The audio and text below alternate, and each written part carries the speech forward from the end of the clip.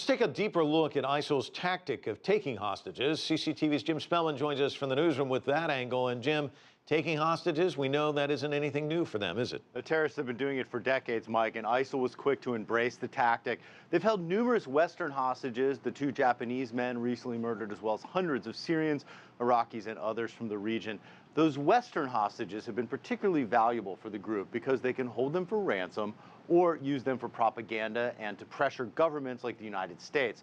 These have typically been journalists and aid workers. A handful of hostages have been released for ransom, but the United States and Great Britain have refused to pay ransoms. Several of those hostages have ended up in the ISIL videos so many of us have seen. So why does the Islamic State take hostages? Well, first off, they want the ransom money if they can get it. But they also use these situations to exert power against the United States and other Western governments. They call that asymmetrical warfare. And because they know the news media will cover the videos they release, they put them out as well. The rise of social media means that even if the traditional media doesn't cover these events, they know the videos will find viewers among their supporters online. Now, so far, the main audience of the videos seems to be a Western audience, since most of them are in English, but this latest video was in Arabic, and as Nathan mentioned, seemed to target an audience in the Middle East, Mike. Certainly a potent weapon in their arsenal. Who else is being held hostage by ISIL? Well, it's hard to say. They typically don't release the names of their hostages until they're ready to feature them in a video, but they're believed to be holding many Syrians and 4 international hostages, including 2 Westerners. We know that one is a British journalist named John Cantley.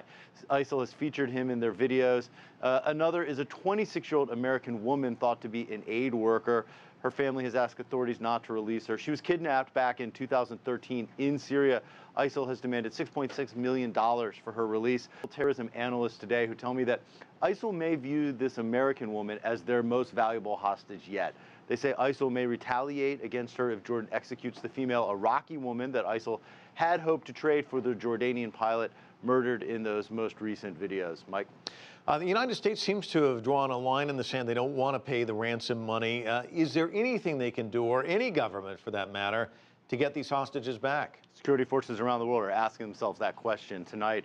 Back in July of 2014, a team of U.S. Special Forces tried to free a group of hostages in Syria, but the operation was unsuccessful. It was unsuccessful because when they got to their target, the hostages apparently had already been moved. So the big problem is the lack of intelligence on the ground in ISIL-held parts of Syria and Iraq, and just this huge amount of territory that ISIL controls. We're used to thinking that satellites, drones have an eye on everywhere that the U.S. international forces may be interested in seeing, but it's just not the case. They don't have the resources to cover such huge swaths of land, Mike. Clearly very difficult. Jim Spellman live from our newsroom. Thank you.